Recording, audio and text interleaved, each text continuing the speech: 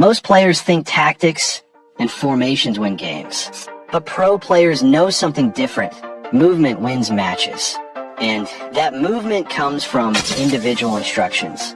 If your striker never makes the right run, or if your defenders leave space behind, it's not your manager's fault. It's your setup. In this video, I'll show you the only individual instructions that actually matter, and how pro players use them to control every part of the game. Let's go. Let's start with attack 1. This one decides how your main attacking player behaves. Many players leave it off, but the right setting can completely change your attack. Anchoring. Use this on your main striker. It keeps him high and stops him from dropping too deep. Perfect if you want constant pressure or quick counters. Watch here.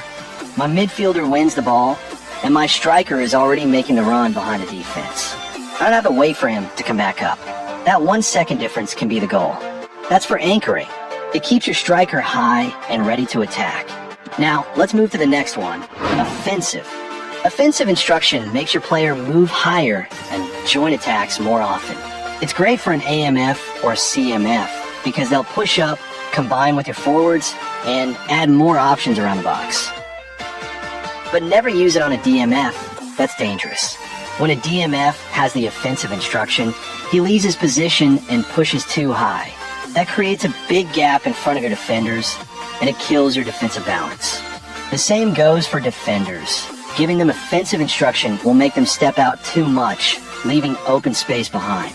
So keep it only for players whose main job is to support attacks, not to protect the back line. Defensive instruction makes your player focus on covering the defense instead of joining the attack. He stays ready to intercept, support the back line, and maintain balance when your team loses the ball. It's ideal for a DMF or a defensive CMF because they'll help protect the space in front of your defenders. This instruction doesn't make the player drop deep. It just limits his forward movement. Now, let's move to defense instructions. Here's where your defensive setup can really make a difference. Let's start with tight marking. When you assign this instruction to the opponent's main attacker, your defender will immediately stay close and pressure him the moment he gets the ball, limiting his space and cutting off his attacking options. But here's the downside. If you face a player who knows how to use quick 1-2, this can completely expose your backline. The defender following his mark will leave gaps that can be easily exploited. So use tight marking wisely. It's strong, but risky if your opponent plays fast combinations. Next, we have man marking. This one works almost like tight marking, but with more control. Instead of letting the game decide who marks the opponent, you personally assign which defender should stay on a specific attacker. It's perfect when you want your best defender to lock down the rival's key player. For example, I assign man marking to my center back on Holland. From the moment the match starts, my defender stays glued to him, following every movement, blocking his runs, and not letting him receive the ball comfortably. Even when Holland tries to drift wide or drop deep, my defender attracts him instantly, cutting off his passing options and forcing him to play backwards. This makes it extremely hard for the opponent to build attacks through their main striker.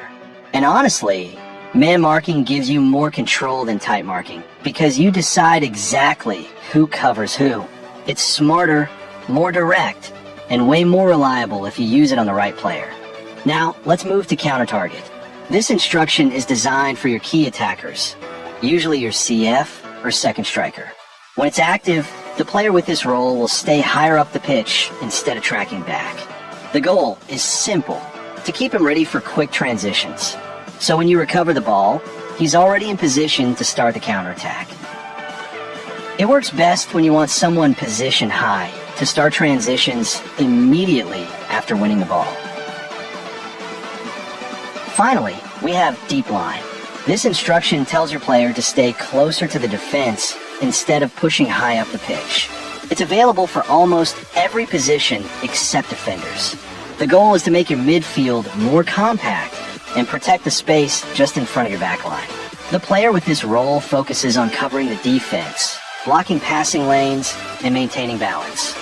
For example, if you play with 4 defenders and assign deep line to your DMF, he'll drop between them when you're defending, basically forming a back 5. It makes your defense stronger, but you'll have one less player supporting the attack. Alright, now that you know exactly what each instruction does, let's jump into the most effective ones to use, the setups that actually make a difference on the pitch. Here's an example of a really effective setup I personally use. In Attack 1, use anchoring on your main striker. This keeps him from dropping too deep and ensures you always have a target up front. In Attack 2, use anchoring again on your second forward if you play with two strikers, so they stay aligned and make those deadly runs behind the defense. In Defense 1, use deep line assigned to your DMF, especially if he's a defensive player like Kante. This adds an extra layer of protection and basically gives you a 5-man back line when you lose the ball. And finally, in Defense 2, use counter target on your fastest striker. He'll stay high up the pitch during defensive phases, ready to start quick counterattacks as soon as you regain possession. That's one of the most balanced and effective instruction setups you can use right now. I hope you liked the video and learned something new today. Drop your formation in the comments, and I'll give you the best individual instructions for it. Don't forget to like, subscribe, and stay tuned for more tips.